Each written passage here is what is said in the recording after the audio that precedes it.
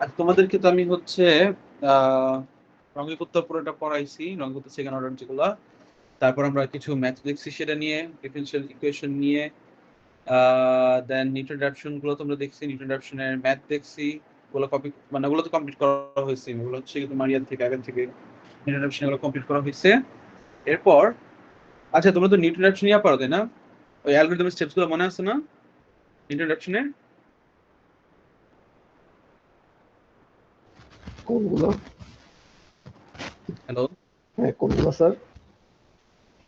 ওই যে কিভাবে ক্যালকুলেট করবো, স্লাইড ছিল না, ম্যাথে করে আচ্ছা। করবো, সেটা করবো।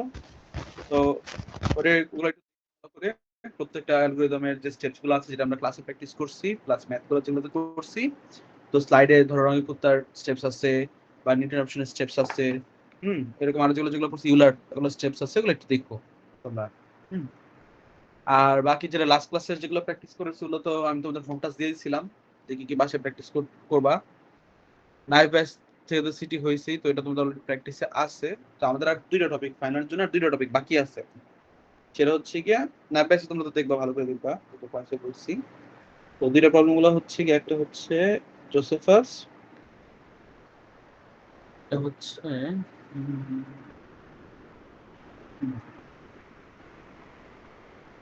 জোসেফাস, আর একটা হচ্ছে গিয়ে টাওয়ার অফ আর্নন। তো এই দুইটা প্রবলেম আজকে আমরা সলভ করব, ঠিক আছে? আশা করি খুব একটা ডিফিকাল্ট তোমাদের জন্য হবে না।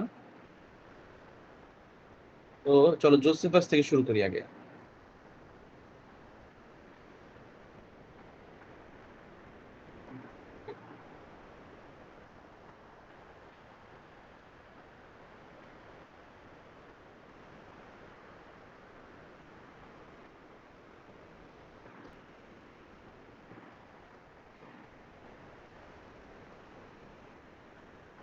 তো জোসেফাস বেসিক্যালি বলছে, আহ, জোসেফাস তোমার একটা ফেমাস ম্যাথমেটিক্যাল মানে অ্যালগরিদম, যে বেসিক্যালি ডিসাইড করে যে একটা সার্কেলে যদি কয়েকজন মানুষ স্ট্যান্ডিং অফ থাকে, তো তুমি যদি ধরো nth নাম্বার অফ মানুষ রিমুভ করে দাও, কোন পজিশনটা সেফ থাকবে। তো এটা ক্লাসিক, এটা খুব একটা ক্লাসিক্যাল একটা প্রবলেম। এটা আমি তোমাদের একটু বোঝাই। ধরো এইখানে মানুষ আছে, এগুলো হচ্ছে ধরো এই গোলগুলো হচ্ছে মানুষ। হুম, এখন আমার টার্গেট হলো যে যদি আমি এখান থেকে শুরু করি, এগুলোকে আমি নাম্বার দিই, চলো 1 2 3 4 5 6 7 8। আটজন মানুষ আছে একটা রিং এর মধ্যে, আটজন মানুষ দাঁড়ায় আছে। হুম, তো এখন আমি ধরো বললাম বাই ডিফল্ট জোসেফাসের কিন্তু দুইটা মানে তোমাদের হচ্ছে কি একটা নলেজ একটা আছে, যেটা the value of K, the value of N and the value of K. The value of N হচ্ছে কি টোটাল নাম্বার অফ পার্টিসিপেন্ট,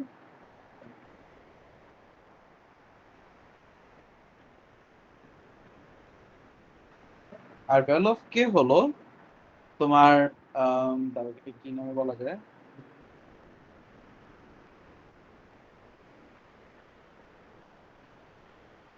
এবার হচ্ছে কি এটা বেসিক্যালি যেটা বোঝায় যে every kth value will be eliminated. So এখন ঘটনা হলো যে বাই ডিফল্ট তোমার কে ভ্যালু হচ্ছে গিয়ে 2 ধরা হয়। মানে তোমার যদি প্র্যাকটিসে কে এর ভ্যালু এক্সপ্লিসিটলি না দেয়া থাকে, তাহলে তোমরা কোড ধরে নিবা কে এর ভ্যালু 2 ধরে আমাদের ম্যাথ করতে হবে। আর যদি ধরো এক্সপ্লিসিটলি বলা থাকে, সেই ক্ষেত্রে তোমার এটা ওই কে ভ্যালুতে ম্যাথ করতে যেটা বলা আছে সেটা দিয়ে করতে হবে। তো আমরা চলো এই এক্সাম্পলটা মানে এই যে আমার যে সার্কেলটা আছে, এই সার্কেল থেকে জিনিসটা বুঝি। তো এইখানে এই সার্কেলের জন্য আমার ফাংশনটা হচ্ছে জে অফ এন কমা কে। এখানে বলতেছি যে তোমার 7টা পার্টিসিপেন্ট আছে, কে এর ভ্যালু 3। তার মানে 3 ঘর করে এলিমিনেট হবে। 3 ঘর করে কারা আমরা সেটা দেখি। 1 2 3। তো প্রথমে 3 আউট হলো, আবার তারপরের থেকে গুনবো, কিন্তু আমরা সেই স্টেশন থেকে কিন্তু মানে সেই পজিশন থেকে কিন্তু গুনবো না, আমরা জাস্ট একটু সিমুলেশন করে দেখতেছি। সবাই একটু আমার মানে একটু মনোযোগ দেয়। তারপর দেখো 1 2 3, তার মানে 6 কাটা পড়লো। 1 2 3, 2 কাটা পড়লো। তারপর কি আছে 1 2 3, এটা কাটা পড়লো। তারপর কি আছে 1 2 3, এটা কাটা পড়লো। তাহলে সবার লাস্ট ওয়ান স্ট্যান্ডিং কে? লাস্ট ওয়ান স্ট্যান্ডিং হচ্ছে কি দ্য পজিশন 7। এটা হচ্ছে কি আমার লাস্ট ওয়ান স্ট্যান্ডিং। সেক্ষেত্রে আমি বলতে পারি জোসেফাস অফ 7,3 ইজ 7। কনসেপ্টটা কি তোমরা সবাই বুঝতে পারছো?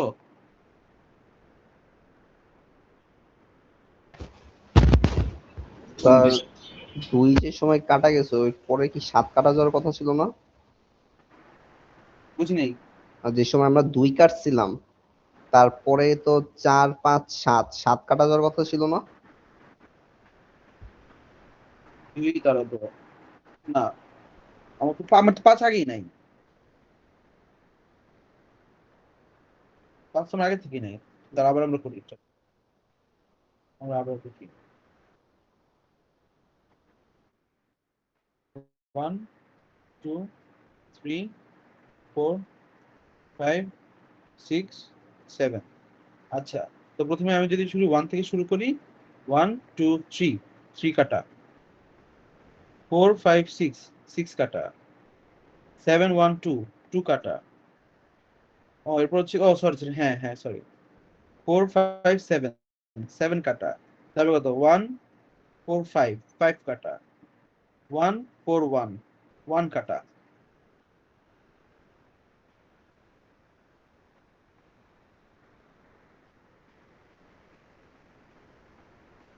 তো তোমার জোসেফাসের সলিউশনটা কি? এই যে 4টা, এটা হচ্ছে কি আমার সলিউশন। দ্যাটস ওয়াই আমি যখন বলছি j of 7,3 is equal to 4, এটা হচ্ছে কি আমার লাস্ট পজিশন স্ট্যান্ডিং। সো জোসেফাসের প্রবলেম আসলে এটাই বলতেছে, তোমাকে যদি একটা ধরো গোল সার্কেল দ্বারা করাই, সবাইকে যদি kth নাম্বার দিয়ে এলিমিনেট করি, সেক্ষেত্রে তোমার লাস্ট ম্যান স্ট্যান্ডিং বা লাস্ট পজিশন স্ট্যান্ডিং অথবা সেফেস্ট পজিশন, একটা জিনিসকে বিভিন্নভাবে বলা যায়, but they all indicate to the same thing. আচ্ছা,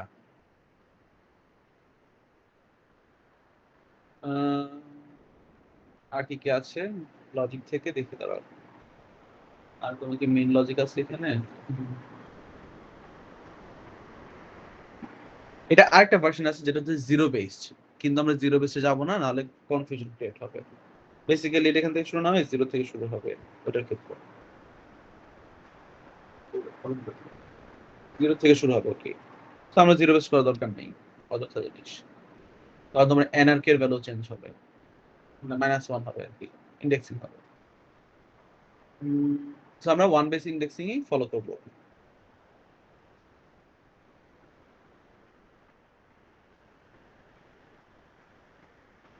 আমরা এটা ওয়ান বেস ইন্ডেক্সিং ফলো করতেছি। দেখছি তার আর কি কি আছে। আমাদের রিকার্শনটা দেখাইতে হবে, রিকার্শনটা একটু পরে দেখাবো।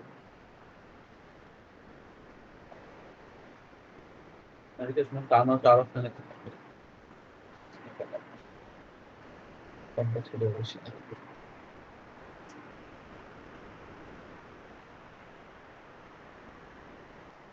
আচ্ছা, তো আমরা এটা রিকার্শনটা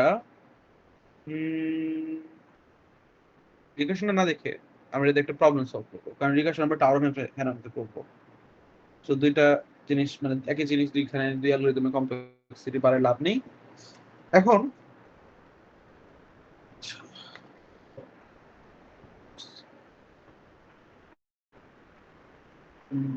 রিকার্শন তো কিন্তু লাগবে। আচ্ছা না, একটু ক্যালকুলেট করা, একটু ক্যালকুলেট করা, ব্যাকট্র্যাক করা লাগবে। আচ্ছা, তাহলে দুইটা প্রবলেম হবে। হ্যাঁ ঠিক আছে, দুইটা প্রবলেম হবে। আচ্ছা, তো এখন আমার একটা প্রবলেম হচ্ছে কি, ধর একটা জোসেফাস হচ্ছে theoretical problem.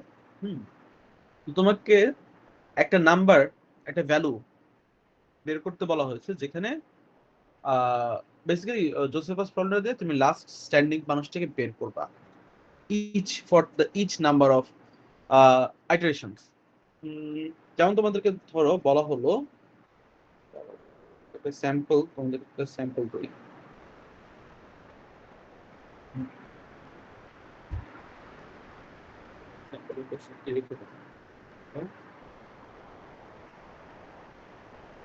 Find minimum 7 values of j of n। এখানে দেখো j of n বলা, j of k কিন্তু দেওয়া নাই, সেক্ষেত্রে কি হবে, k এর ভ্যালু আমরা বাই ডিফল্ট 2 ধরে নিব। Where the last person standing, so yes. Where the last person standing is the served by God। ঠিক আছে? আচ্ছা, এটা হচ্ছে কি, ধরো তোমাকে একটা স্যাম্পল একটা প্র্যাকটিস। তো এইখানে আমাদের কি হবে, আমরা একটা সূত্র লিখব, একটা ফর্মুলা। যে আমরা কি জানি, প্রত্যেকটা ম্যাথকে, মানে প্রত্যেকটা ম্যাথ না, তোমরা যখন ডেটা স্ট্রাকচার পড়ছো, দেখছো কি একটা এক্সাম্পলকে তোমরা স্ট্রেট ফরওয়ার্ড ইকুয়েশন দিয়ে করতে পারো। যেমন ফিবোনাচি ইকুয়েশন কি ছিল, ফিবোনাচি সিকোয়েন্সের মনে আছে কারো? জি স্যার। কি? ফিবোনাচি সিকোয়েন্সের ইকুয়েশন মনে আছে কারো? আহ, আগের দুইটার সংখ্যা যোগফল পরের সংখ্যা হয়। হ্যাঁ, বাট ফর্মুলাটা কি ছিল? বেসিক্যালি একটা ফর্মুলা ছিল না, মানে ম্যাথমেটিক্যাল ফর্মুলা ছিল না? দেখতেছি স্যার। আচ্ছা, যাই হোক, একটা ম্যাথমেটিক্যাল ফর্মুলা ছিল, এটাই জানা রাখ, এটাই মনে করো। তো ওটা আমরা কি করতাম, হ্যাঁ এটাই তো, এটাই রিকার্সিভ, এটা হচ্ছে রিকার্সিভ ফর্মুলা। তখন এন ভাগ হয়ে হয়ে হয়ে যেতে রিকার্সিভ কলে চলে যাবে, লেফট হ্যান্ড রাইট হয়ে। বাট একটা কি জানি N two the power something কিছু একটা ফর্মুলা ছিল, যেখানে আমরা একবারে সলিউশনটা। তো যাই হোক, তো ওইরকম প্রবলেম গুলোকে আমরা এদের ইকুয়েশন দিয়ে সলভ করতে পারি, অথবা রিকার্সিভ ওয়েতেও সলভ করতে পারি। তো আমরা চলো ইকুয়েশন সলভ করি। এখন ধরো এই এই ইয়াটার জন্য, এটার জন্য আমার এখানে যে এনটা বেসিক্যালি কত, জে এন কমা 2 দিয়ে করতে হবে এখানে। ওকে, আমরা ফর্ম নেবে, যেহেতু আমরা একটা ক্লাসিক্যাল প্রবলেম, এটা আমরা রিকার্সন এখনো করতেছি না। তো করতাম classic Josephus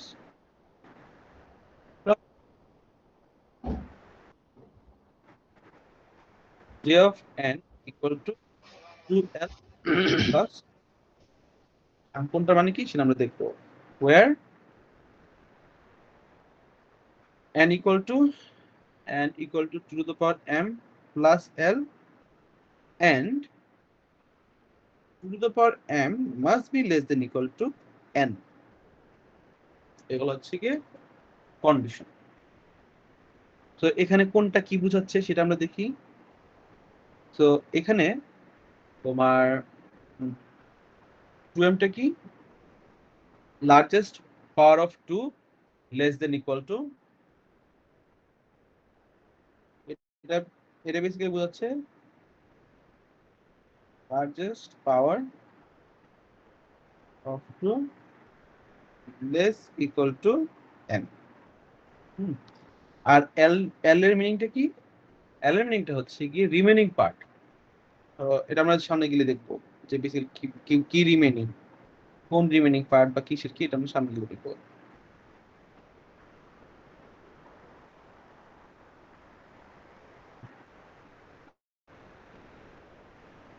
Subtracting line before subtracting.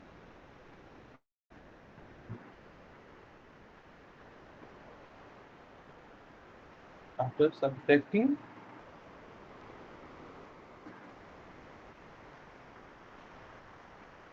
যখন ম্যাথ দেখবো তখনই ক্লিয়ার হয়ে যাবে।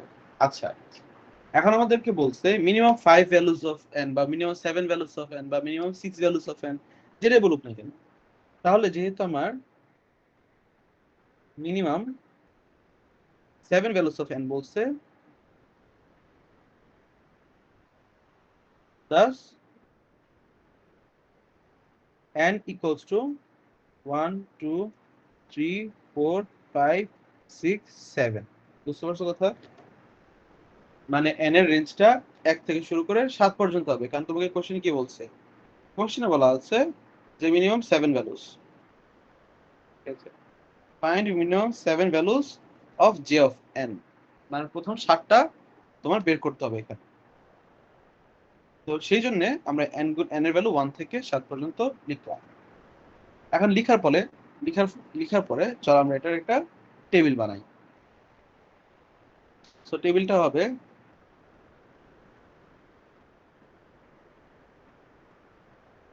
n to the power m which is less than equal to n, the value of l jn, যেটা হচ্ছে কি basically to the l plus 1 আর কি সার্ভাইভার।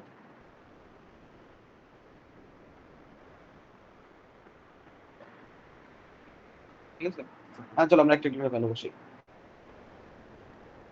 n এর ভ্যালু যখন 1, আচ্ছা তাহলে এই m টা কি? প্রশ্ন হচ্ছে কি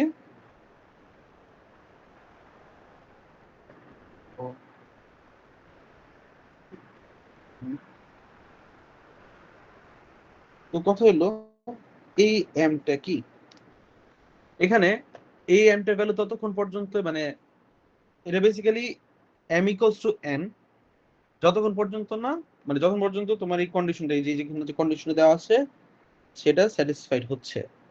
যখন এই কন্ডিশন ব্রেক হয়ে যাবে তখন m এর ভ্যালুটা আপডেট হবে না।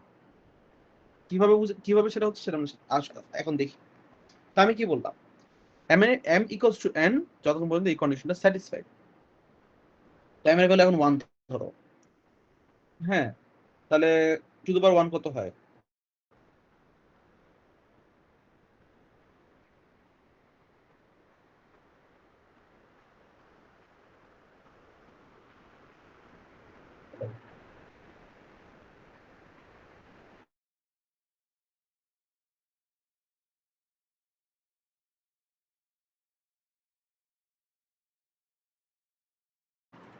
তোমরা কি আসো?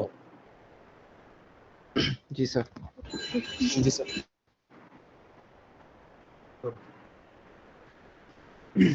আচ্ছা,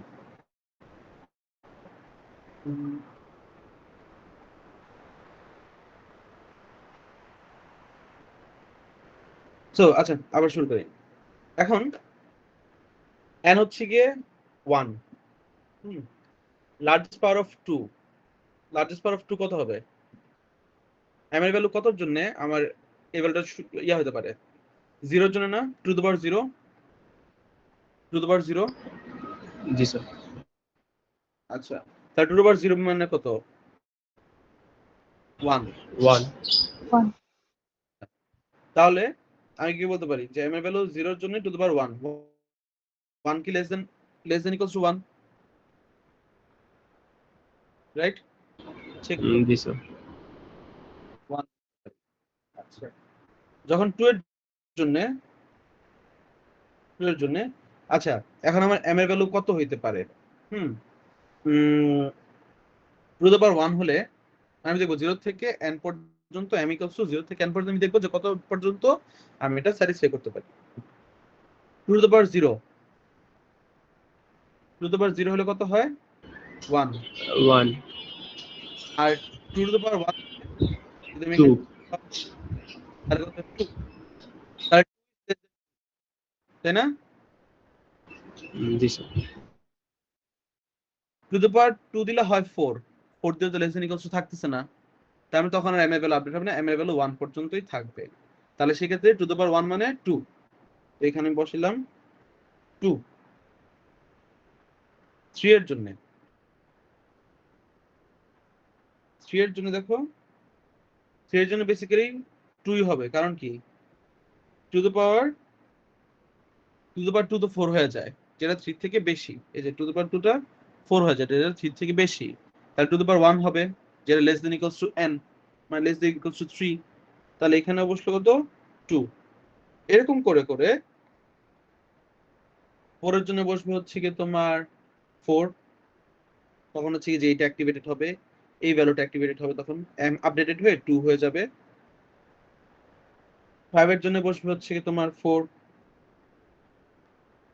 6 এর জন্য বসবে কত টু টু দ্য পাওয়ার 3 না, টু দ্য পাওয়ার 3 কত 8 নাকি? তাহলে এটার জন্য 4, টু টু দ্য পাওয়ার 3 8 না, এটাই তো। জি স্যার। জি স্যার। 7, 7 এর জন্য 4ই, মানে সবকটার জন্য 4ই, বুঝা গেছে? যদি 8 হতো দেন এই 4টা চেঞ্জ হয়ে 8 হয়ে যেত, টু দ্য পাওয়ার 3 এর জন্য 2 হয়ে যেত তখন, বুঝা গেছে? এই ভ্যালুগুলো তুমি বসাতে পারবে না, এভাবে টেবিলটা বানাতে পারবে না। এতটুকু পর্যন্ত কি ক্লিয়ার কিভাবে ভ্যালুগুলো আমরা বসাচ্ছি, কিভাবে এই যে এখানে যে হিসাব করতেছি এগুলো কি ক্লিয়ার? ইয়েস আচ্ছা স্যার। ঠিক আছে, এখন চলো নেক্সট ভ্যালুটা ক্যালকুলেট, যেটা হচ্ছে কি এল। এখন দেখো এখানে আমি একটা সূত্র লিখছি, যে আচ্ছা সূত্র লেখা হয় না, সরি, সূত্রটা হচ্ছে কি এই যে সরি লিখছি, এই যে এই সূত্রটা, এই সূত্র যদি আমি একটু ঘুরে এই পাশে পাশ করি, তাহলে আমি বলতে পারি না যে L equal to N minus হচ্ছে গিয়া N minus to the power M, বলতে পারি না এটা আমি? তাহলে এটা ইউজ করে এখন আমি এখানে এল এর ভ্যালুটা ফিল আপ করবো। N minus to the power M কত 0 0 1 0 1 2 3, বোঝা গেছে কিভাবে বের করলাম?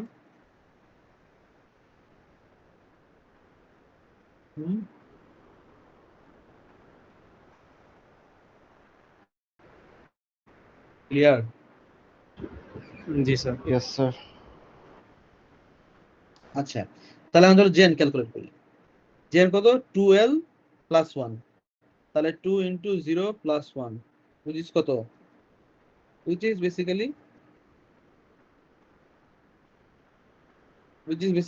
1। আমরা অ্যান্সারটা এই পাশে লিখতেছি। তারপরে 2 ইন্টু 0 প্লাস 1, এটা 1, 2 plus 1 sorry into 1, 2 into 1 plus 1, এটা কত হলো 3, 2 ইন্টু এটা 0 0 plus 1 that is 1, 2 into 1 plus 1 3, 2 into 2 plus 1 that is 5, 2 into 3 plus 1 that is 7।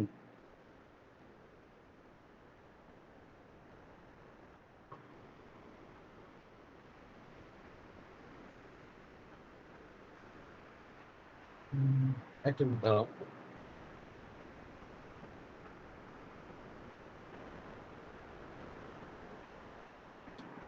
1 3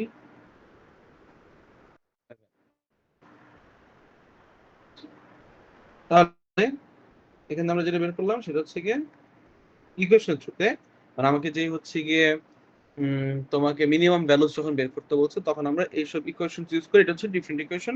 এই ইকুয়েশন ইউজ করে আমি বলতে পারবো যে প্রত্যেকটা পয়সার জন্য জে অফ 1 মানে কত 1, জে অফ 2 মানে কত 1, জে অফ 3 মানে কত 3, ঠিক আছে?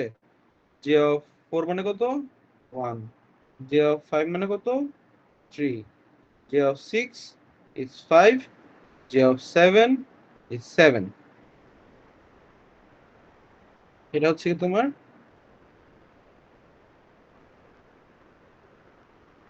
7, এটা হচ্ছে তোমার অ্যান্সার।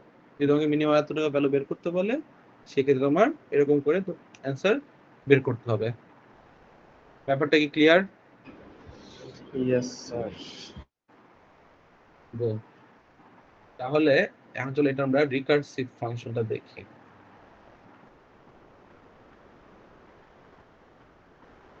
তোকে তো আরেকটা প্রবলেম বললাম, প্রবলেম নাম্বার 2। তোমাকে আমি এখন ফাংশন ডিফাইন করে দিচ্ছি।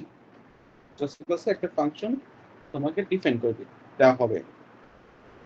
সো ফাংশনটা হবে হচ্ছে দেখতে এরকম যে j of 2n equal to 2 into j of n minus 1, j of 2n plus 1 equal to 2 into j of n plus 1।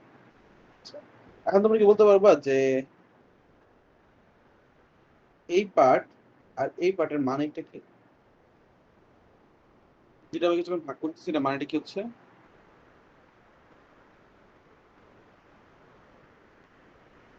Any idea? না স্যার। আচ্ছা দেখো তো, যখন কোনো নাম্বারের সাথে দ্বিগুণ করতেছো সে নাম্বারটা কি হয়ে যায়, অড নাকি ইভেন? ইভেন। ইভেন হয়ে যায়। এবং সেটার সাথে এক যোগ করতে হয় odd, ফাংশন, এটা হচ্ছে গিয়ে অডের ফাংশন। এগুলাকে আমরা রিকার্সিভ, যে ইভেন নাম্বার হলে কত হবে, কারণ তোমার যেহেতু আমরা নাম্বার হিসাব করতেছি, সাইদা আমার ইনপুট n এর ভ্যালু ইভেন হতে পারে অথবা n এর ভ্যালু অড হতে পারে। তো এখন ইভেন নাম্বার হলে আমি জোসেফাস কি দিয়ে বের করব, আর অড নাম্বার হলে জোসেফাসকে বের করব। তো এটা তোমাদের আসলে খেয়াল রাখতে হবে পরীক্ষাতে এই প্রবলেমগুলো কিভাবে আসতেছে। যদি এইভাবে আসে তাহলে তো এক কথা, যদি বলা হয় ইভেন ইভেন নাম্বার স্ট্যান্ডিং হচ্ছে কি তোমার এই যে 2jn-1, আর অড নাম্বার এর জন্য ইকুয়েশন হচ্ছে কি 2jn+1, তাহলে তোমার কি বুঝতে হবে জিনিসটাকে এই যে এইভাবে রিপ্রেজেন্ট করতে হবে। বুঝা গেছে? যদি এটাও বলে দেওয়া হয় স্টিল তোমাকে রিপ্রেজেন্টেশন এই যে এইভাবে আনতে হবে, এই পয়েন্ট লিখতে হবে। ক্লিয়ার? বুঝতে জি পারছো? স্যার। আচ্ছা, 1 মিনিট তো আসতেছে, প্রবলেমটা সলভ করব। তো তোমাকে বলবো যে এই ইকুয়েশনটি ইউজ করে তোমরা find the value of for j130। এটা তোমাকে বের করতে বলবে। এখন তুমি কিভাবে বের করবা? এখানে আমরা হচ্ছে গিয়ে রিকারশন বা রিকার্সিভ ওয়েতে এটা সলভ করার চেষ্টা করব। কথা শুনতে পাচ্ছ তো, তাই না? জি স্যার, সো রিকারশনের জন্য আমরা কি জানি যে একটা বেস কেস দরকার, রাইট? তো এইখানে বেস কেস কি? বেস কেস হলো যে তোমার যদি মানুষ একটাই থাকে তাহলে ওই স্ট্যান্ডিং থাকবে at the end of the session। তো base case j of 1 equal to 1।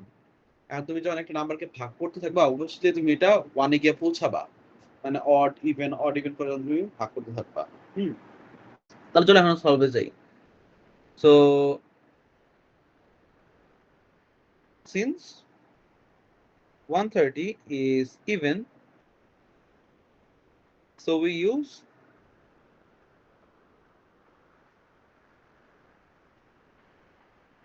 that is j of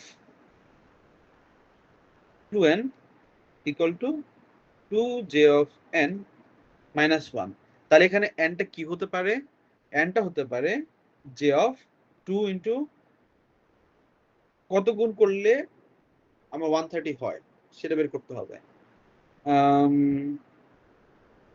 কারণ এটা যদি হচ্ছে গিয়ে এটা যদি আমার বুঝায় 130 যদি বুঝায় থাকে, তাহলে যদি তুমি 2 n করো তাহলে হবে ভাগ করতে হবে 65, হ্যাঁ 65। তাহলে আসে হচ্ছে গিয়ে 65 আসে equals to 2j of 65 minus 1। ওকে, এই যে তোমাদের সলিউশনে কিন্তু এরকম ভাবেই করতে হতে খাতে হবে, জায়গা রেখো। আচ্ছা, আমরা j of 65 এর মান কি জানি? মানে j of 65 এর ভ্যালু কি জানি? জানি না। তো এখন সো তোমরা এই যে এই লেখাগুলা, এই যে ধরো এই লেখাগুলা সাইড নোট আকারে দিতে পারো, কিন্তু তোমার মাথায় রাখতে হবে যে এটার সলিউশনটা অনেক লং হবে। লং হবে বলতে কি, এই যে এই বরাবর কি বলে এই বরাবর লম্বা হবে। কারণ যখন রিকার্সিভ কল করে আমরা ভ্যালুগুলো এখানে দিতে বসাবো, তো এই বরাবর লম্বা হবে। তো এখন তুমি নোটটা এই যে এই কথাগুলো আর এই যে কথাগুলো মাঝখানে লিখতে পারো, সাইড নিতে পারো, তোমার ইচ্ছা। যাই হোক, তো এখন since 65 is odd, so we use করবো আমি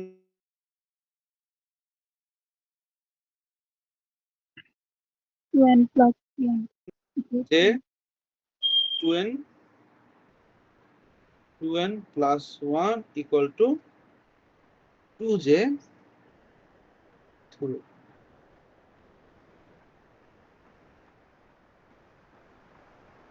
2jn plus 1, এটা ছিল সূত্রটা। তাহলে এখানে কত হবে? 65 থেকে এক বাদ দাও 64, 64 কে হাফ করলে কত হয়? 8 বা 64 না নাকি? 2 32, সরি 32, 8 8 into 8, 8 স্কয়ার হচ্ছে 64, 32 হবে, 32 into 2 হচ্ছে 64। হ্যাঁ, তাহলে এখানে হবে j অফ, এটা যদি আমি ভ্যালু বসাই তাহলে 2 into 32 64 প্লাস 1 হচ্ছে কি 65, তাহলে 2j 32 plus 1 equals to what? আচ্ছা, এখন আমরা সেটা পেলাম না। এখন তো আমরা সেটা পেলাম না, তাহলে দেখি এখন 32 এর জন্য বের করতে হবে। তো 32 এর জন্য বের করলে আবার হচ্ছে ওই ইকুয়েশনটা, এই যে ইকুয়েশনটা ইউজ করতে হবে। তো যে তোমার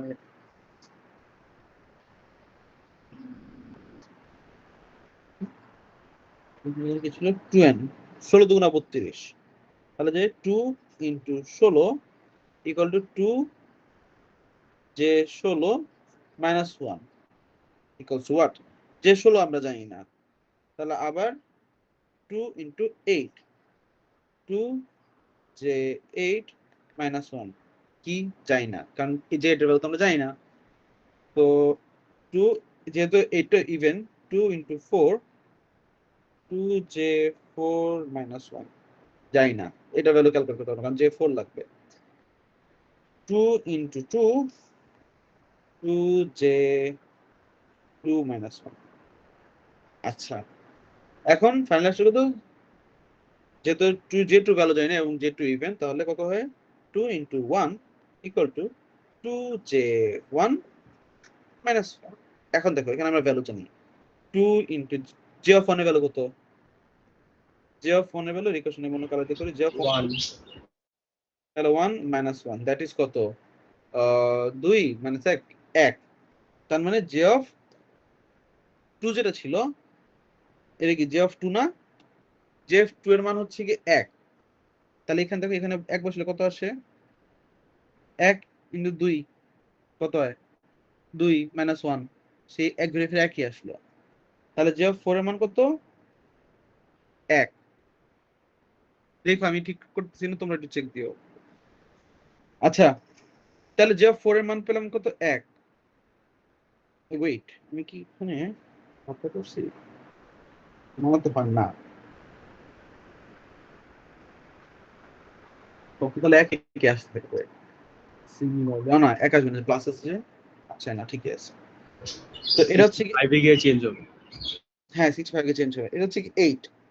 এখন 4 এর ভ্যালু কত? যে 4 এর ভ্যালু 1, তাহলে 2 into 1, 2 minus 1 same, 2 into 1 minus 1 1। এটা হচ্ছে কি 16, 16 এর জন্য same, 2 into 1 minus 1 equals to 1। এটা হচ্ছে 16 দুগুণে 32, 32 জন্য ভ্যালু কত? 2 into 1 minus 1 1। এটা কত? এটা হচ্ছে কি 64 65, তাই না?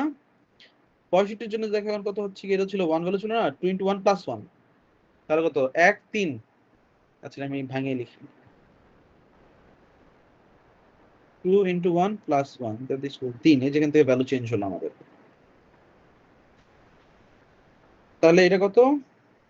65 into 2 130, তাই না? তাহলে 65 ভ্যালু কত?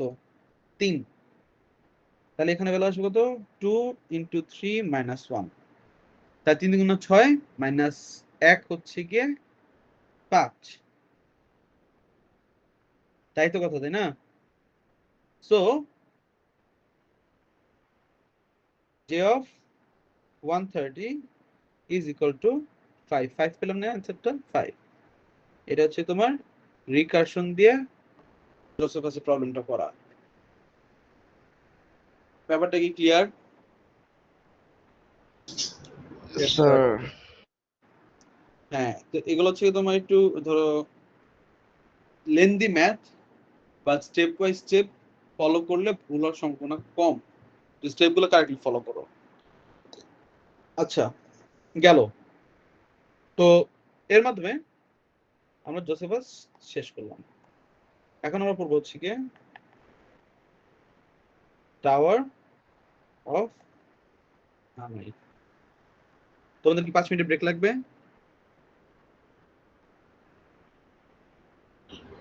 না হলেও চলবে। ঠিক না? লাগবে না? না হলেও চলবে। ওকে, ঠিক আছে। কারণ কেউ পড়তেছ না, এই জন্য না হলেও চলবে। পর রেকর্ডিং দেখে নিবা, সে আসে আছে আমি তো জানি।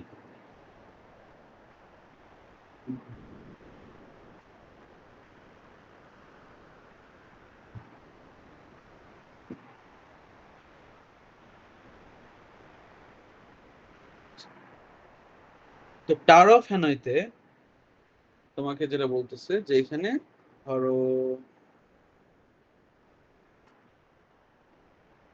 এটা অ্যানিমেশনে বোঝানো দরকার তোমাদের। আচ্ছা, টাওয়ার অফ হ্যানয়টা তোমাদের পেগ পেগ বা স্টিক, এখানে বেসিক্যালি কি হবে যে একটা দণ্ড থাকে যেটাকে আমরা পেগ বলে থাকি, এবং ওই দণ্ডের মধ্যে কিছু চাকতি রাখা থাকে টাওয়ার অনুযায়ী। মানে ধরো একটা পিরামিড স্টাইলে সবার চেয়ে নিচে যেটা থাকবে সেটা সবচেয়ে বড় চাকতি, এবং সবার উপর যেটা থাকবে সেটা হচ্ছে সবচেয়ে ছোট চাকতি। হ্যাঁ, এখন তোমার ইয়াটা হচ্ছে গিয়ে টার্গেট মানে কাজ গোলটা হলো যে আমি পেগ 1 থেকে পেগ 3 তে সব কয়টা চাকতি ট্রান্সফার করবো সেম অর্ডারেই, মানে সবার বড়টা নিচে সবার বড় সবার ছোটটা উপর। কিন্তু এট এ টাইম এখানে দুটো কন্ডিশন আছে। এট এ টাইম আমি একটার বেশি মুভ করতে পারবো না, এবং আমি ছোট চাকতির উপর কখনো বড় চাকতি রাখতে পারবো না। সো দ্যাট ইজ এখানে তো একটা পেগ আছে, এই একটা পেগ, এই একটা পেগ, আর এই একটা পেগ। এটাকে আমি বলতেছি সোর্স পেগ, এটাকে বলতেছি অক্সিলারি, আর এটাকে বলতেছি টার্গেট। এখন তোমার সোর্স পেগে ধরো এরকম আছে, বড় একটা চাকতি, ছোট একটা চাকতি, আরো ছোট একটা চাকতি, ঠিক আছে, এরকম করে রাখা আছে। আমার টার্গেট হচ্ছে এগুলো এমন ভাবে মুভ করবো যাতে আমার এইখানেও সেম ভাবে আনতে পারি।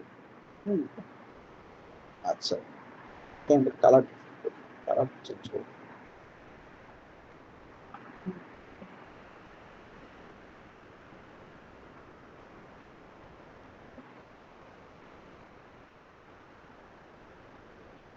ঠিক আছে, আচ্ছা।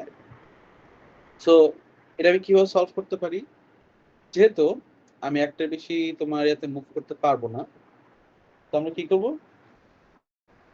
প্রথমে আগে আমি এইটাকে এইখানে আনলাম, সবার ছোটটাকে। এরপর কি করলাম? মাঝখানেটাকে এইখানে আনলাম। গেল, দুইটা স্টেপ গেল। এরপর কি করলাম? মাঝেরটা নীলটা আছে হচ্ছে এইখানে, হলুদটা আছে হচ্ছে এইখানে। এরপর হলুদটাকে আবার এখানে নিয়ে আসলাম। তাহলে কি নীল আর হলুদ একটা উপর একটু উপরে আসলো না, একটা একটু উপরে আসলো না? যেটা আমি কি করলাম, এই গ্রিনটাকে টার্গেট নিয়ে গেলাম, টার্গেটে নিয়ে গেলাম। টার্গেট নিয়ে যাওয়ার পর কি হলো? আমি প্রথম যে এই চাকতিটা যেটা বসানো কথা সেটা বসে পড়লো, গ্রিনটা টার্গেটে পৌঁছায় গেল। দেন আমি কি করলাম? আবার ছোটটা আবার এখানে আনলাম, যেটা হচ্ছে হলুদটাকে আবার এখানে আনলাম, নীলটা আছে, নীলটাকে আবার এখানে শিফট করলাম, দেন হলুদটাকে আবার শিফট করলাম। তাহলে কি নীল হলুদ এখানে, গ্রিনটা হচ্ছে কি এখানে, মানে সবার বড়টা যেটা গ্রিনটা সেটা হচ্ছে ডানে। হুম, তো এইভাবে এটা অনেক এরকম করে করে আমরা যদি হচ্ছে কি সেম প্রসেসটা বারবার রিপিট করতে থাকি, আমরা এই অক্সিলারিটার মাধ্যমে সোর্স থেকে টার্গেটে এই ইয়াগুলা চাকতিগুলা পৌঁছে নিতে মানে ট্রান্সফার করতে পারবো। তো এইভাবে এটা আঁকাটা খুবই ডিফিকাল্ট। তোমরা এটা হচ্ছে কি যে ইউটিউবে অনেক অ্যানিমেশন আছে, অ্যানিমেশনগুলো দেখে নিতে পারো, তাহলে আসলে তোমাদের বুঝতে সুবিধা হবে। আচ্ছা, তো রুলস গুলো তো আমি আবার লিখে দিচ্ছি। রুল নাম্বার 1, রুল নাম্বার 1 হলো you can move only one disk at a time, only one disk at a time. Rule number 2 হলো you can only move the top disk from any peg.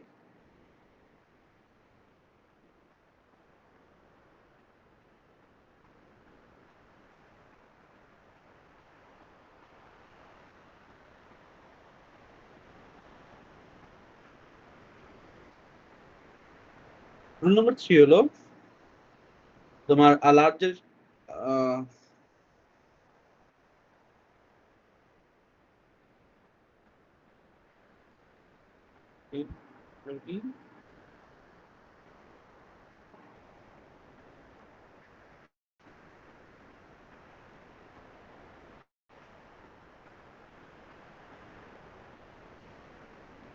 এই তিনটা হচ্ছে কি তোমার rule চার option আছে, ঠিক আছে? আচ্ছা, তাহলে এখন আমরা লজিকটা যেহেতু আমরা ভিজুয়ালাইজ করার চেষ্টা করলাম, but visualise is too complex, তো আমরা এখন হ্যান্ড রিটেন ভাবে লজিকটা দেখার চেষ্টা করবো যে লজিকটা কিভাবে কাজ করতেছে, যার মাধ্যমে আমরা হচ্ছে ইকুয়েশন বের করতে পারবো, ফাইন্ড আউট করতে পারবো। ইন্ডাকশন মেথডে বলো অথবা হচ্ছে কি নরমাল মেথডে বলো, সেটা আমরা ফাইন্ড আউট করতে পারবো। এখন we suppose we assume there are n number of disks. আর গোল হচ্ছে গিয়ে goal is transfer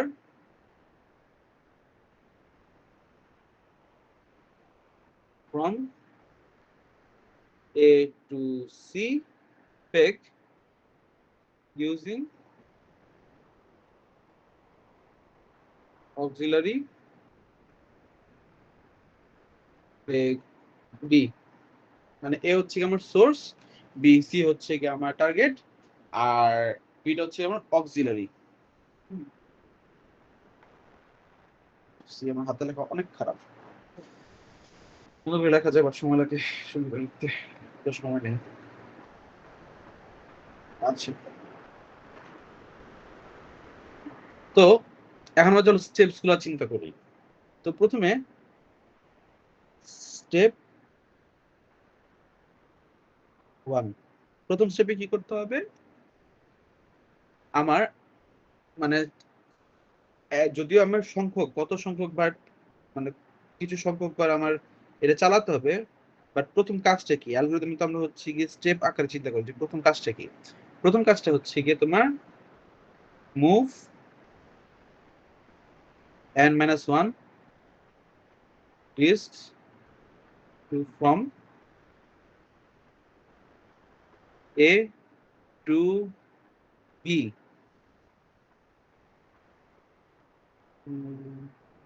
It will be using C as helper.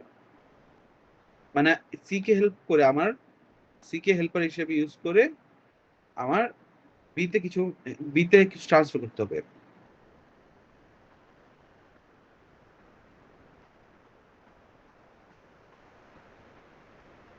এটা হচ্ছে গিয়ে স্টেপ 1। এখন এখানে তোমার যদি আমার সিটা টার্গেট, বাট কেন আমরা এখানে হেল্পার হিসেবে ইউজ করতেছি, কারণ আমি পুরোটা তো একবারে সিতে নিতে পারবো না, তো আগে সিতে কিছু নিয়ে বিতে ট্রান্সফার করতে হবে মানে সি হেল্পের মাধ্যমে। এরপর আমি যেটা পরে থাকবে সেটা আমি হচ্ছে সিতে নিব, ওটা আমরা দেখাচ্ছি সামনে এই স্টেপগুলো দেখবো। স্টেপ 2 হচ্ছে গিয়ে move the largest disk from A to C. Move the largest disk from A to C, ঠিক আছে? Step 3, move n minus disks, n minus 1 disks from B to C using A as helper. n minus 1 কেন বললাম?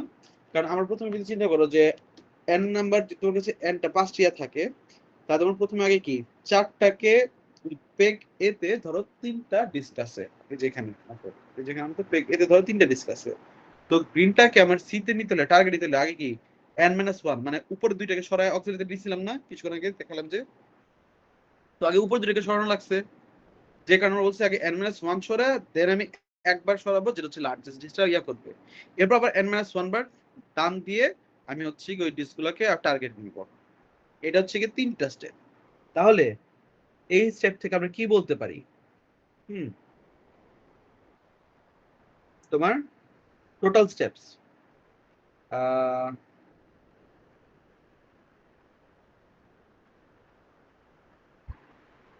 আচ্ছা, এটা হচ্ছে তোমার total number of, মানে তোমার কতগুলো মুভ দরকার। তাহলে এখানে রিকার্সিভ রিলেশনটা কি? টাওয়ার অফ এনকে আমরা রিকার্সিভ প্রবলেম বলতেছি। এটা একটা কেন? কারণ হচ্ছে কি আমি তো জানি না যে n এর ভ্যালু কত, আর আমরা এটা মানে বেসিক্যালি ফিবোনাচির মতোই, যে আমরা হচ্ছে কি আগে এক n ধরে এরপর ছোট করতে করতে করতে ভাগ যাই, যেন এখান থেকে আমরা ব্যাক প্রপাগেট করতে করতে আসি। তো যার জন্য আমার হচ্ছে কি মানে যে এক্সাম্পল কিছু আগে দেখলাম যুসুফ আছে, তো ওই কারণে যেটা আমার কাছে একটা ইকুয়েশন আছে যেখানে আমরা বলছি n - 1 হিসেবে পাঠাচ্ছি, আবার এখানে n ও আছে। সো প্রথম যদি n যদি 5 হয়, নেক্সট কত হবে? n - 1 4, আবার 4 এর ভ্যালু তো জানি না, তো 4 এর ভ্যালু হিসেবে যখন পাঠাবো তখন 4 আর তার n - 1 হচ্ছে কি 3, এরকম করে আমরা বেস কেসে গিয়ে দেন রিটার্ন করবে, যার কারণে আমরা এটাকে হচ্ছে গিয়ে রিকার্সিভ প্রবলেম বলতেছি। তাহলে আমি যদি রিকার্সিভ প্রবলেম হিসেবে চিন্তা করি, সেক্ষেত্রে আমার এটার ইকুয়েশনটা বেসিক্যালি কি হচ্ছে? এটা বেসিক্যালি হচ্ছে ধরো T of N recursive equation, হ্যাঁ recursive equation. So T of N এখানে বলতেছি কত? টি অফ n - 1, n - 1 বার আমার মুভ করতে হচ্ছে ফাংশন, যদি আমরা ফাংশন চিন্তা করি, প্রথম n - 1 বার মুভ করতে হচ্ছে, এরপর একবার মুভ করতে হচ্ছে যে বড় যেটা, তারপর আবার n - 1 বার মুভ করতে হচ্ছে। তাহলে আমি বলতে পারি 2 টি অফ n - 1 প্লাস 1, এটা হচ্ছে কি আমার টাওয়ার অফ এন এর রিকার্সিভ ইকুয়েশন। যেখানে বেস কেস কি? যেখানে তোমার বলতো টাওয়ার অফ এন এর বেস কেস কি হতে পারে? জুনায়েদ বলো। বেস ছোট থেকে বড় সাজানো থাকবে। না, বেস কেস কি?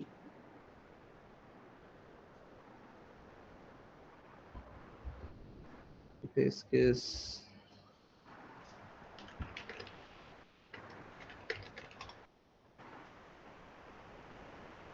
হচ্ছে যে সময় মানে শুধু একটা ইয়া নামানো থাকবে ডিস্ক।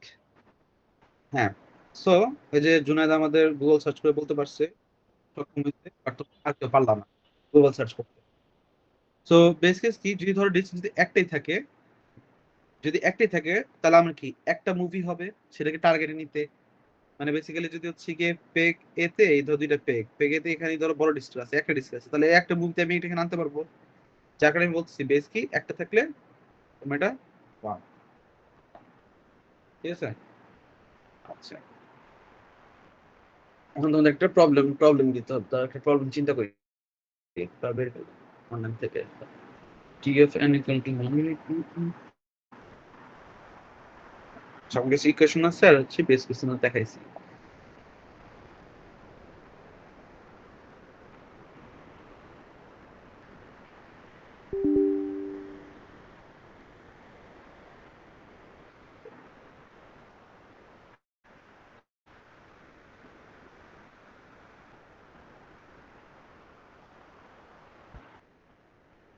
এটা তো একটা রিকার্সিভ ইকুয়েশন, তাই না? এখন যদি আমি ডিরেক্ট ইকুয়েশন বের করতে চাই, ডিরেক্ট ইকুয়েশন কি হবে? ডিরেক্ট ইকুয়েশনটা এটা একটু মাথায় রাখার জিনিস, ডিরেক্ট ইকুয়েশনটা কি হবে? ডিরেক্ট ইকুয়েশন হচ্ছে কি টু দ্য পাওয়ার n, এটা বেসিক্যালি হবে two the power n - 1, that is যদি আমি বলি 3টা মুভ হয়, তার যদি 3টা স্টিক থাকে, তাই তুমি two the power 3 minus 1 that is কি 7 বার ইয়ে করে চেঞ্জ করতে পারবা। সো এই ইকুয়েশনটা হচ্ছে গিয়ে এই যে সেকেন্ড ইকুয়েশনটা হচ্ছে সেটা হচ্ছে গিয়ে তোমার নরমাল ইকুয়েশন বা ম্যাথমেটিক্যাল ইকুয়েশন, এটা হচ্ছে রিকার্সিভ ইকুয়েশন। তো তোমাদের কাছে যদি ডিরেক্ট প্রশ্ন করে যে টি যদি এত হয় বা যদি ডিস্ক এত থাকে তাহলে তোমার কয়টা মুভ দরকার হতে পারে, তো তুমি তখন নিজে এই সূত্র দিয়ে ইউজ করে বলে দিবা যে two the power n minus 1 এই সূত্র ইউজ করে তোমরা বলে দিবা যে এতগুলো লাগতে পারে। যেমন t4 হলে কয়টা লাগবে, t4 এর two the power 4 minus 1 that is 15 এরকম। t5 হলে যদি 5টা ডিস্ক থাকে টু দ্য পাওয়ার 5 মাইনাস 1 এইটা কত হয় 31টা হয়। ঠিক আছে, আচ্ছা এখন এটা গেল এক ধরনের প্রবলেম। আমরা দুইটা ইকুয়েশন দেখতেছি, দুইটা কিন্তু আমরা কিন্তু এটা প্রবলেম সলভ করলাম। এটা হচ্ছে ওয়ান কাইন্ড অফ প্রবলেম। এটা হচ্ছে problem number 1। Problem number 2, problem number 2 হলো তোমাকে ধরো একটা মুভমেন্ট বলা আছে। মুভমেন্টটা কিরকম হতে পারে, ধরো মুভস দানগুলো বলা আছে। যেমন ধরো এ টু সি, তারপর এ টু বি, তারপর সি টু বি, আবার একটু সি, একটু সি, বি টু এ। আমরা তো জানি এ কি সোর্স প্যাক, বি হচ্ছে অক্সিলারি প্যাক, সি হচ্ছে কি ফাইনাল বা ডেস্টিনেশন বা টার্গেট প্যাক। ওকে, আচ্ছা আপাতত এই কয়টা লিখলাম। এখন তোমাকে বললো যে তোমাকে ধরো প্রশ্ন করা হলো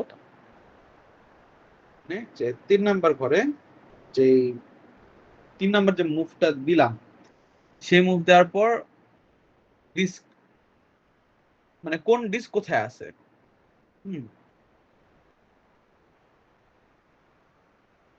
কোশ্চেনটা কি বুঝতে পারছো?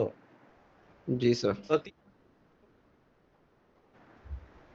হুইচ ডিস্ক ওয়্যার, শর্টে লিখলাম আর কি। হ্যাঁ, কোন ডিস্ক কোথায় আছে।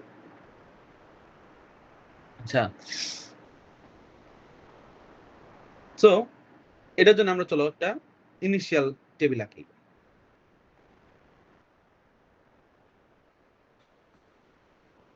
ইনিশিয়াল পজিশন, ইনিশিয়াল পজিশনের টেবিল কি আছে? ইনিশিয়াল পজিশনের টেবিল আছে হচ্ছে গিয়ে পেগ আর ডিস্ক, কোন পেগে কি ডিস্ক আছে। তো পেগ এ তে আছে তোমার ধরো ডিস্ক, সরি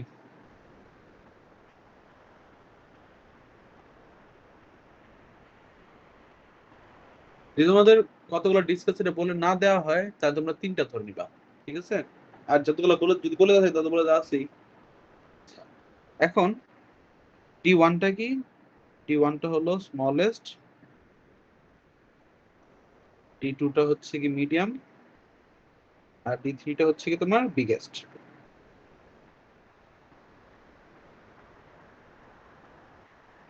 ঠিক আছে, বিগেস্ট। তাহলে এটা আমরা এখন ডিজাইনটা দেখে নিলাম যে কোনটা কি আছে।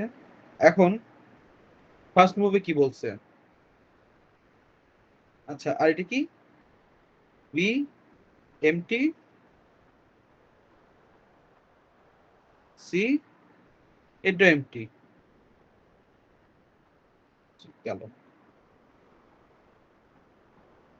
তো এখানে আমরা এটাকে কিভাবে অপটিমাইজ ওয়েতে সলভ করতে পারি, কি কপি এক্সপ্রেশন আমি তো চাই না কপি এক্সপ্রেশন।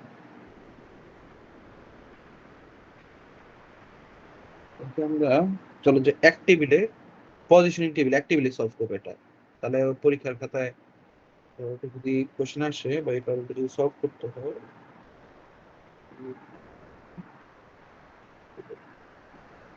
তাহলে স্পেস করে রাখো।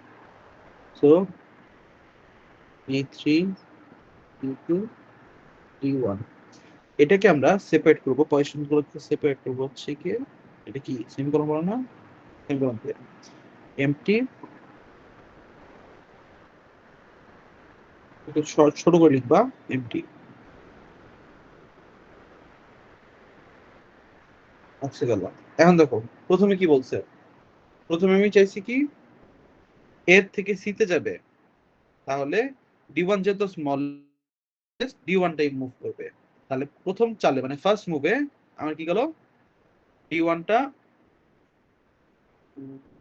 ডি1টা স্মল আছে, হ্যাঁ ডি1 এখানে আসলো। আচ্ছা আমি একটু ছোট কালি দিয়ে করি, ডি1টা এখানে আসলো, এটা এখনো এমটি আছে, এবং এখান থেকে শুধু আছে কি ডি3 ডি2। ফার্স্ট মুভ ডান। সেকেন্ড মুভে কি বলছে, এ টু বি, তাহলে আমার লাস্টে এখন কি আছে মিডে ডি2, ডি2 কে আমি হচ্ছে কি বিতে নিব, তাহলে এখানে আসবে ডি2, এইখানে আসবে হচ্ছে কি তোমার ডি1, ডি1ই আছে, আর এইখানে চলে আসবে ডি3, মানে এখানে ডি3টা বাদ থাকবে। তাহলে এটু বের করলাম, এটা কি C to B, C to B করলে কি হবে, এখানে তো ডি3টা আছে, সি টু বি করলে কি হবে, এটা আবার এমটি হয়ে যাবে, এখানে ডি1 ডি2, ডি2 এর উপরে ডি1 বসবে, কারণ ডি2 তো মিড আর ডি1 তো স্মল আছে, তো অবশ্যই বসতে পারে, আর এখানে ডি3 আবার থাকবে। সো আমি ছিল এটা থার্ড মুভের পরে, আমি কি বলছি থার্ড মুভ। যদি এখানে ফোর্থ মুভ বলা হতো তাহলে ফোর্থ মুভ কি, এই যে ফোর্থ মুভ কি বলছে আবার এ টু সি, তার মানে তখন কি হতো, এটা হচ্ছে এমটি, এটা আমি লাল কালি লিখি কারণ থার্ড মুভ পর্যন্ত আইছি, বাট ফোর্থ মুভ চাইলে কি হইতো, এটা হয়ে যেত এমটি, এখানে কত ছিল ডি2 ডি1 ছিল না, এখানে ডি2 ডি1ই থাকতো, আর এখানে চলে আসতো তোমার ডি3, এখানে চলে আসতো। বাট যাই হোক, যেহেতু আমরা থার্ড মুভ পর্যন্তই চাইছি, সেক্ষেত্রে আমার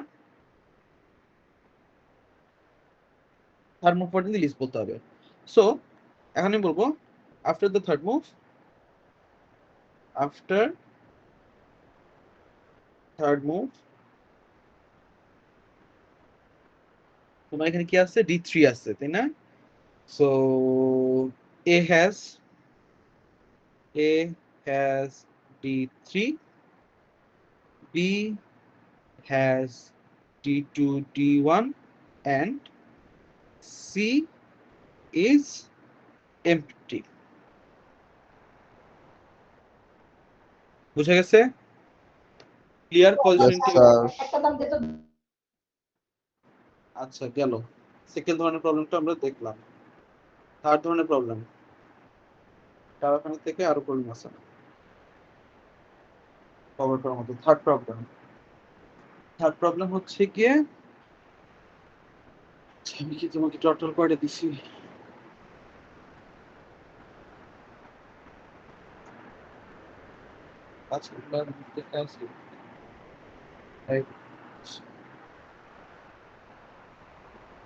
এখন ধরো তোমাকে প্রশ্ন করা হলো যে কোন একটা মুভ কেন নেসেসারি ছিল,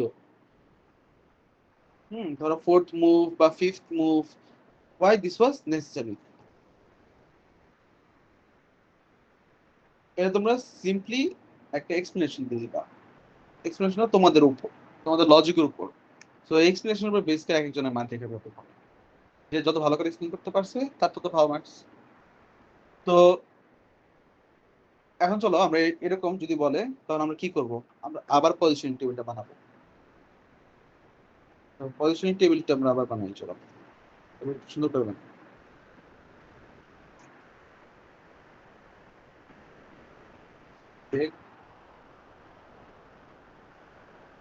ও সুন্দর।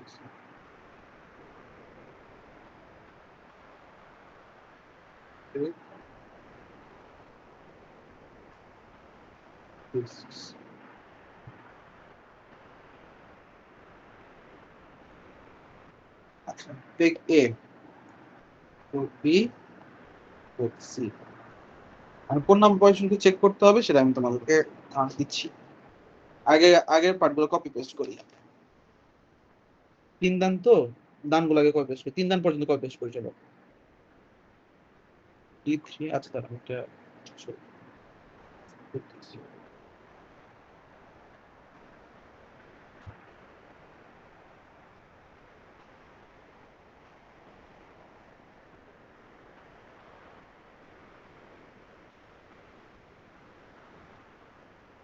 সেপারেটর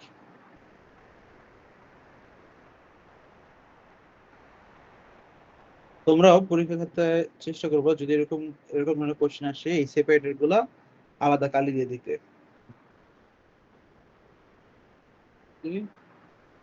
অথবা যদি আলাদা কালি না থাকে বোল্ড করে দিতে, একটু মোটা করে দিতে আর কি। আচ্ছা তারপর ছিল পেন্সিল দিয়ে লেখা দিব না স্যার। পেন্সিল দিয়ে তারও খাতা দুই থ্রি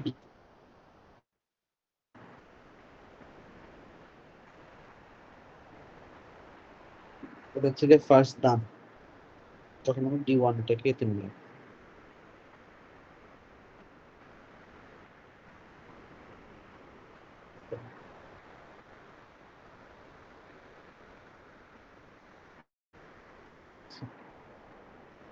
অথবা তোমরা হচ্ছে কি এটার মধ্যে ইয়াও টানতে পারো, যেরকম করে দাগ টানতে পারো। যদি অত প্যারা লাগে যে দাগ টেনে দিবা আরো ভালো, বুঝতে আরো ইজি হবে। সুন্দর করে স্কেল দিয়ে দাগ টেনে দিবা। আচ্ছা এটা গেল হচ্ছে গিয়ে দান 0, এটা গেল দান 1, মানে এটা হচ্ছে ফার্স্ট দান, যেটা হচ্ছে কি আমার এই যে এটা A to C।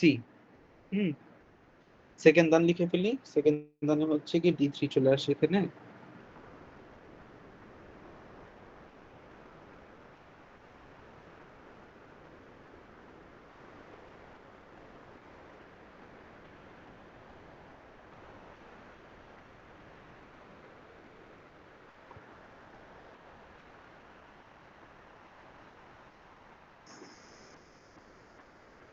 D3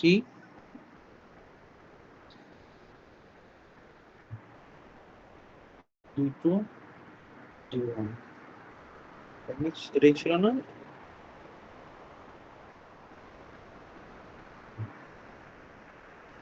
এরপরটাতে এটা এমটি D2 D1, এখানে হচ্ছে গিয়ে D3। এরপরটাতে D3 কে সুন্দর করে লিখি। আচ্ছা এটা গেল 0 1 2 3, এতটুকু পর্যন্ত আমরা আগে করছিলাম 2 আর এটা 3, এতটুকু পর্যন্ত আমরা আগে করছিলাম। এখন ধরো ফোন নাম্বার দানে কি হবে, ফোন নাম্বার দানে তোমার হচ্ছে গিয়ে D3 টা আবার D1 এ চলে আসবে, সেম প্রসিজারটা আবার রিপিট হবে। হুম, তাহলে তখন এটা হয়ে যাবে এমটি, এটা D2 D1, আর এখানে হয়ে যাবে কত, এটা হচ্ছে কি তোমার হবে হচ্ছে কি D3। 5 নম্বরে কি বলছে দেখি তো, চলো 5 নম্বরে 1 2 3 4 5 B2A। 5 নাম্বার বলা আছে হচ্ছে কি তোমার B2A, তাহলে B2A হচ্ছে কি D1 D2 D3। এখন ধরো আর 6 নাম্বার একটা মুভ বানাই, চলো 6 নাম্বার মুভ বানাই। 6 নাম্বার মুভ ধরো B2C, B2C কি রে গেল কই। 6 নাম্বার মুভ ধরো হচ্ছে গিয়ে B2C, এটা হচ্ছে 6th মুভ। তাহলে 6 নাম্বার মুভ বানাই। 6 নাম্বার মুভ হচ্ছে কি B2C D1 empty B3 B2। ওকে, এখন তোমাকে বলা হলো যে 6 নাম্বার মুভের ইউজফুলনেসটা কি বা কেন। ঠিক আছে, 6 নাম্বার মুভটা আমরা কেন করলাম বা এটা কি আদৌ নেসেসারি ছিল কিনা। এখন এখানে হচ্ছে গিয়ে তোমাদের ক্রিয়েটিভিটি আসে। ক্রিয়েটিভ বলতে এক্সপ্লেন করার ক্ষমতা। যেমন ধরো আচ্ছা আমি যদি এটা জিজ্ঞেস করি যে 6 নম্বর মুভের প্রয়োজনীয়তা কি ছিল, প্রত্যেকটা মুভের প্রয়োজনীয়তা তোমরা হচ্ছে কি এরকম করে অ্যানালাইসিস করে বলতে দিতে পারে। যে কোনো পজিশন তোমাকে বলতে পারে যে 3 নম্বর মুভের কেন ছিল, 4 নম্বর মুভের প্রয়োজনীয়তা কেন ছিল, 5 নম্বর কেন ছিল, 6 নম্বর কেন ছিল, বা 7 নম্বর কেন ছিল। হ্যাঁ, যেহেতু 3টা ডিস্ক সরাইতে আমার 7টা মুভ লাগবে, লাস্ট মুভ হবে হচ্ছে কি 7 নাম্বারটা, তো আমার 7 নম্বর মুভের দরকার ছিল, এরকম হচ্ছে কি হতে পারে। তো তোমাদের প্রত্যেকটা মুভেরই বেসিকটা জানতে হবে। আচ্ছা, তো এখন যদি চিন্তা করো যেহেতু 6 নম্বর মুভটা কেন করলাম, বিটা কেন ফাঁকা করলাম, আগে 5 নম্বর মুভ ছিল D1 D2 D3 ছিল। আমি এটাকে এখানে একটু মিসাইল দেখি D1 D1 D2 ছিল। এখন ধরো D1 হচ্ছে সবচেয়ে স্মলেস্ট, D2 হচ্ছে মিডল, D3 হচ্ছে সবচেয়ে লার্জেস্ট। আচ্ছা, D1 কি D2 কি আমি D1 নিতে পারবো? কারণ কি আমি স্মলটা মানে মিডিয়ামটা স্মলের উপর বসতে পারবো না সূত্র অনুযায়ী বা শর্ত অনুযায়ী। আচ্ছা ঠিক আছে, বাট আমার তো এটাকে আবার অর্ডার করতে হবে। মানে D1 কে চিন্তা করো, D1 কে যদি আমি D2 এর উপর আনি, D1 কে যদি আমি D2 মানে বির উপর আনি, তাও তো আমার কোনো প্রবলেম সলভ হচ্ছে না। তো সেক্ষেত্রে মুভ বেশি লাগতেছে। তো সেক্ষেত্রে চিন্তা করো, যদি আমি D2 কে D3 এর উপর আনি, তাহলে D1 এখন হচ্ছে B স্লটটা ফাঁকা হলো না? B স্লটটা ফাঁকা হওয়ার ফলে আমি কি করতে পারবো, নেক্সট মুভ যেটা পরের মুভে আমি কি করতে পারবো, D1 কে আমি B নাম্বার স্লটে এনে D2 কে আমি 1 নাম্বার স্লটে দিতে পারবো। বুঝা গেছে কি? অথবা জি স্যার। এটা বোঝা দরকার নেই, আরো ইজিলি তুমি চিন্তা করো যে হচ্ছে গিয়ে তোমার D3 হচ্ছে সবচেয়ে লার্জেস্ট এবং D2 হচ্ছে কি D2 সেটা হচ্ছে গিয়ে মিডিয়াম, আর D1 টা তো হচ্ছে গিয়ে সবচেয়ে স্মলেস্ট। আর তোমার টার্গেটটা কি ছিল? তুমি এ থেকে সি তে ডিসটেন্স করবা, যেটা এ তে স্টার্টিং পজিশন কি ছিল? D3 D2 D1, এবং তোমার সি তে এন্ডিং পজিশনও D3 D2 D1 ই হতে হবে, largest on the bottom, smallest on the top. তাহলে এখন দেখো D2 কে যদি আমি ইয়াতে আনি, তোমার হচ্ছে গিয়ে D3 এর উপর আনি, মানে পেক্সিতে আনি, এই মুভটা দিলে আমার অলমোস্ট সলভ হয়ে গেল না? তার মানে আমি আর একটা মুভে শুধু হচ্ছে গিয়ে এর থেকে সিতে আনলে আমার প্রবলেম ক্লিয়ার হয়ে যায়। ঠিক আছে, যার জন্য আমরা কি করলাম, এই D2 কে D1 এ না নিয়ে বা D1 কে D2 এর কাছে না নিয়ে D2 কে আমি D3 এর কাছে নিলাম, because it is closer to solve the equation, এরকম। হ্যাঁ, এখন ধরো যদি আমি বলি 5 নাম্বারের উদ্দেশ্য কি, 5 নাম্বারে কি করছি, আমি D1 টাকে 5 নাম্বার মুভে কি করলাম, D1 টাকে আমি এতে পাঠিয়েছি। D1 টাকে এতে কেন পাঠালাম? যাতে আমি D2 টাকে D3 এর কাছে পাঠাতে পারি, এই জন্য আমি D1 টাকে এতে পাঠাইছি। তাহলে আমার তারপর আর একটা মুভের মাধ্যমেই বা দুইটা মুভের মাধ্যমেই, যেহেতু আমার তিন জায়গায় এখন, সো আমি মিডলটা লার্জেস্ট উপর স্ট্যাক করতে পারবো সূত্র অনুযায়ী বা কন্ডিশন অনুযায়ী। কন্ডিশন অনুযায়ী কি, নিচে বড়টা থাকবে, তার উপর তার চেয়ে কম্পারেটিভ ছোট থাকবে। তো মিডলটা যেহেতু লার্জেস্ট থেকে কম্পারেটিভলি ছোট, তা আমি সেটা বসতে পারতেছি। তাহলে তারপর আর এক মুভ দিলে আমার হয়ে যাচ্ছে। দ্যাটস ওয়াই আমি মুভ 5 এ D1 টাকে বি থেকে এতে নিলাম, যার ফলে আর দুইটা মুভ আর সামনে নেক্সট দুইটা মুভের মাধ্যমে আমার এটা সলভ হতে পারে।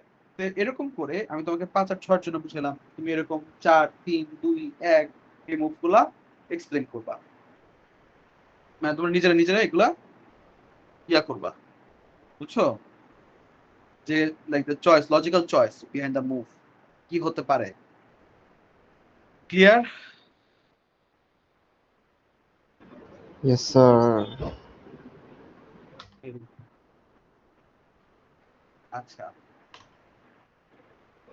এখন ফোর্থ টাইপ অফ প্রবলেম, যেটা হচ্ছে কি ম্যাথমেটিক্যাল ইন্ডাকশন। ম্যাথমেটিক্যাল ইন্ডাকশন মানে কি?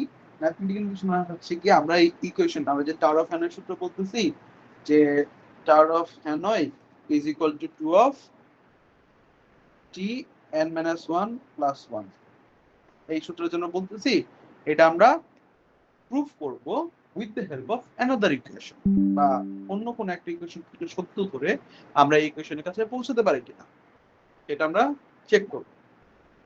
আচ্ছা ঠিক আছে, এটাকে আমরা বলছি ম্যাথমেটিক্যাল ইন্ডাকশন। তো তোমাদের কাছে যদি ম্যাথমেটিক্যাল ইন্ডাকশন চাওয়া হয়, তোমরা বেসিক্যালি ইকুয়েশনটা প্রুফ করতে হবে তোমাকে।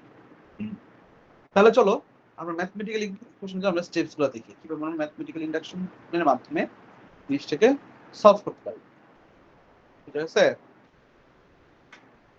আচ্ছা, সো আমাদের ম্যাথমেটিক্যাল ইন্ডাকশনে এটা তো গেল রিকার্সিভ ফাংশন। তোমাদের ম্যাথমেটিক্যাল ইকুয়েশনে আইদার ম্যাথমেটিক্যাল ইন্ডাকশনে একটু ক্লাস হবে না?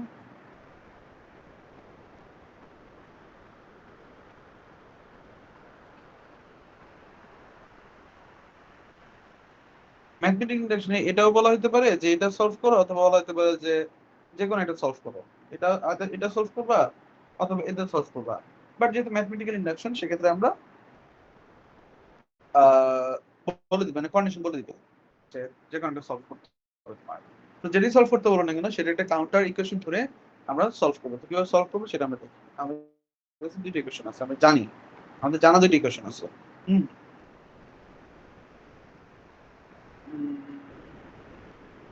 আচ্ছা, তো আমরা তো জানি কি টি অফ এন মানে কি মিনিমাম নাম্বার অফ মুভস এখানে।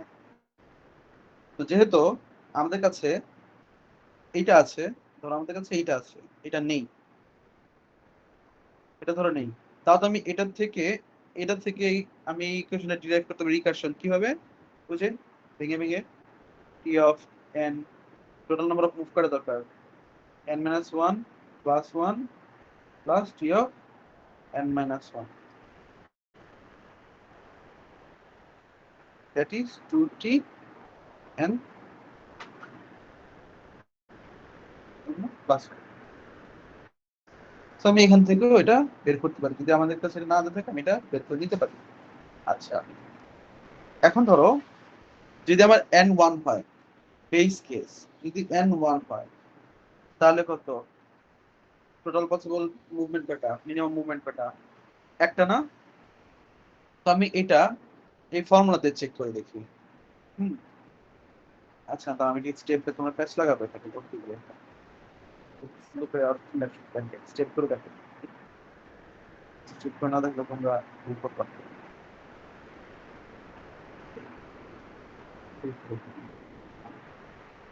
তোমার কাছে টি অফ n 2n minus 1 আছে এবং এটাকে ম্যাথমেটিক্যাল তোমার ইন্ডাকশনের মাধ্যমে প্রুফ করতে পারবে, এটা ধরে নিলাম। তো স্টেপ 2 অথবা স্টেপ 1 তো আমরা হচ্ছে কি রিকারশন লাগবে। Recursive ইকুয়েশনটা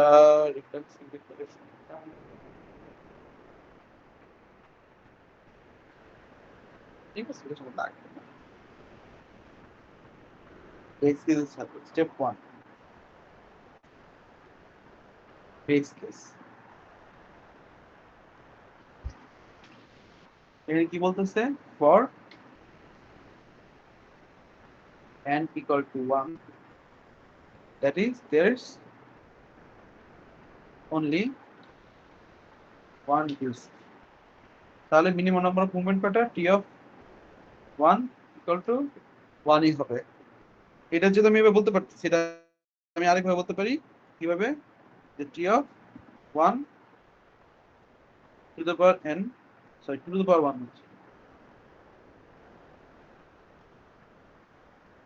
2 to the power 1 minus 1, that is কত 1, এভাবে বলা যায় না?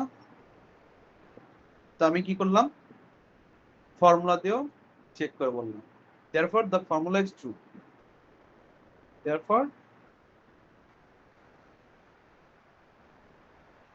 the formula is true for n equals to 1. আচ্ছা, এটাকে তুমি একটু সুন্দর করে লিখতে পারো, এটাকে এই লাইনটাকে এখানে না লিখে তুমি এটাকে এখানে লিখতে পারো, there is only one disk, so the minimum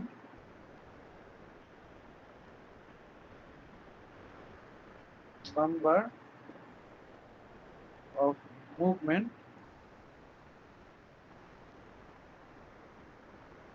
will be 1. আচ্ছা, আর এখানে also using the equation 1 we get, এটা হচ্ছে ইকুয়েশন 1, we get 1। তার জন্য বলতে পারছি যেহেতু আমি জানি 1 হবে এবং আমরা ফর্মুলা বলতেছে 1, সেহেতু n equals to 1 এর জন্য ফর্মুলাটা সত্য।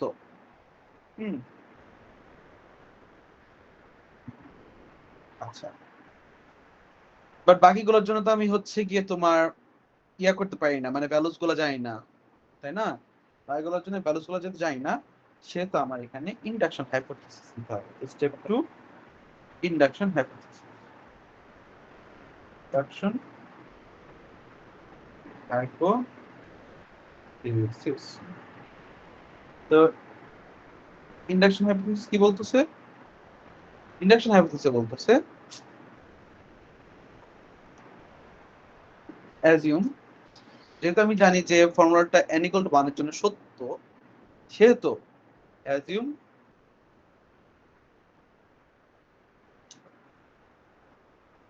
the formula is true for n equals to k.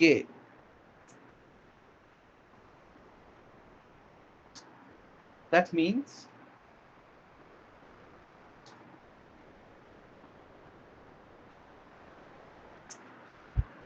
t of k should be equal to the power k minus 1. ঠিক আছে? আচ্ছা, এখন যদি আমার এটা k এর জন্য সত্যি হয়, তাহলে কি হবে? k plus 1 এর জন্য সত্যি হবে না? তো আমরা দেখুন লিখতে হবে কি যে নাও সেটা তো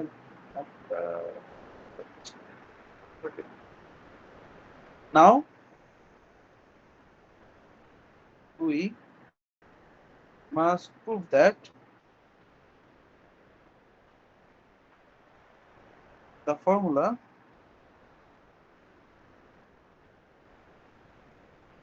is also true for n equal to k plus 1. মানে n যদি k ভ্যালুর জন্য যদি n টা সত্য হয়, তাহলে তার k এর পরের ভ্যালুটার জন্য n টা সত্য হবে। That means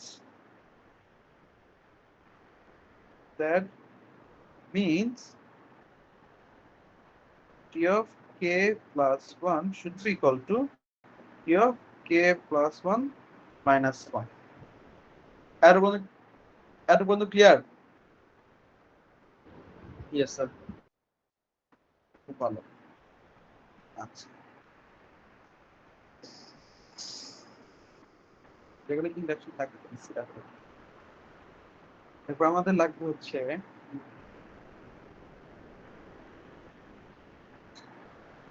আচ্ছা, আমাকে একটা মিনিট আসছে।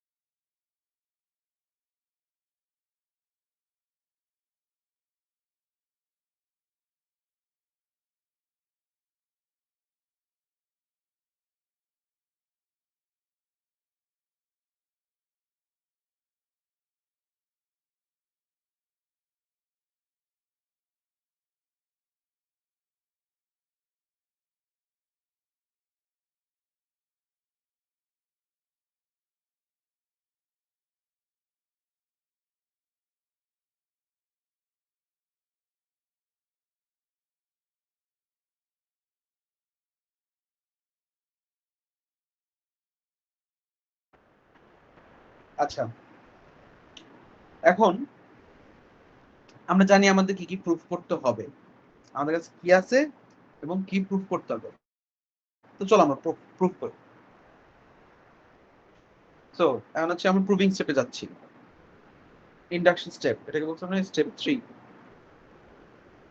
Step 3 induction step. তো এইখানে আমরা বলতে চাচ্ছি যেমন কিভাবে প্রুফ করব। তো আমরা ধরতেছি, আমরা তো রিকার্সিভটা জানি না। রিকার্সিভ ইকুয়েশনটা কি ছিল? t of n equal to 2t of n minus 1 plus 1। এটা ছিল রিকার্সিভ ইকুয়েশনটা। রিকার্সিভ ইকুয়েশনে আমরা কি অবজার্ভ করতে পারছি? যেহেতু এখানে n লেখা, সেহেতু এখানে n minus 1 লেখা, মানে n এর ভ্যালু যত তার চেয়ে এক কম। ইকুয়েশন কি হবে? এক কম যাবে। আচ্ছা, সেক্ষেত্রে যদি আমি এখানে লিখতাম t of n plus 1, তাহলে আমি এটা বলতে পারতাম t of t n plus 1। এই কথাটা আমি লিখতে পারতাম, কারণ এখানে আছে হচ্ছে কি n plus 1, তাহলে n plus 1 এর এক কম কত হবে? n হবে না? কথা কি সত্য? জি জি জি। সেই ক্ষেত্রে আমরা এটা বলতে পারি কিনা যে t of k plus 1 equal to 2 T k plus 1 বলতে পারি। Yes, sir. আচ্ছা, এখন আমরা জানি কি যে উই নো, যেহেতু আমরা অ্যাজিউম করছিলাম, যেহেতু আমরা এই ফর্মুলাটা অ্যাজিউম করছিলাম যে n ইকুয়ালস টু k, সেহেতু আমরা কি পাইছিলাম, ভ্যালু পেয়েছিলাম যে এইটা টি কে ভ্যালু কত পেয়েছিলাম, এটা পাইছিলাম না। তাহলে টি কে ভ্যালুটা এখানে বসে দিই। We know T K p of k equal to 2k minus 1। সেই ক্ষেত্রে আমি যখন এটা বসাবো 2 into 2k minus 1 আর এখানে প্লাস 1 আছে, ঠিক আছে। তাহলে 2 into 2k minus 2 plus 1।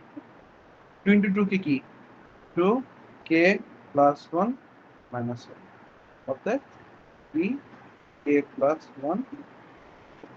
এটা তুমি প্রুফ করতে চাচ্ছিল না, we need to prove this। পেলাম? Yes, sir. সো এই জন্য তুমি এখন স্টেপ, এটা কত গেল, স্টেপ 3। তাহলে এটা যদি পেলাম, তুমি এখন স্টেপ 4 এ কি বলবা, কনক্লুশন।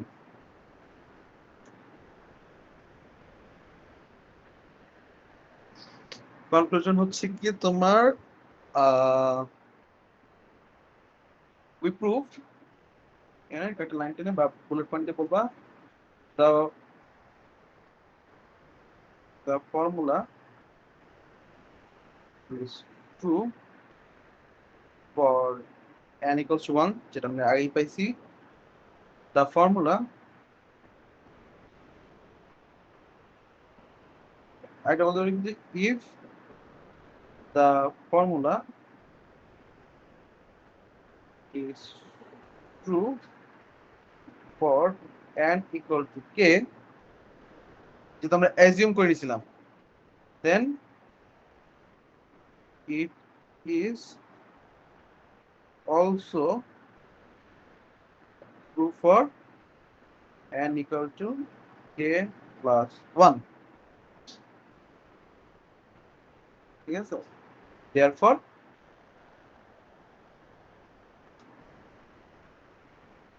by mathematical induction,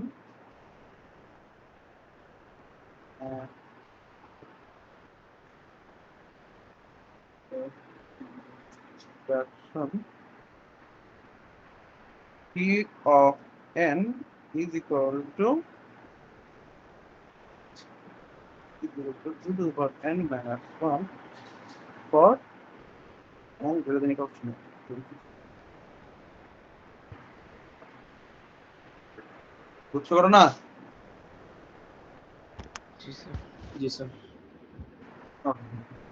তো এইখানে আমরা এই যে ম্যাথমেটিক্যাল ফর্মুলা, একটা রিকার্শন ফর্মুলা আর একটা ম্যাথমেটিক্যাল ফর্মুলা, তো এইভাবে আমরা ম্যাথমেটিক্যাল ফর্মুলাকে ইন্ডাকশনের মাধ্যমে প্রুফ করতে পারি।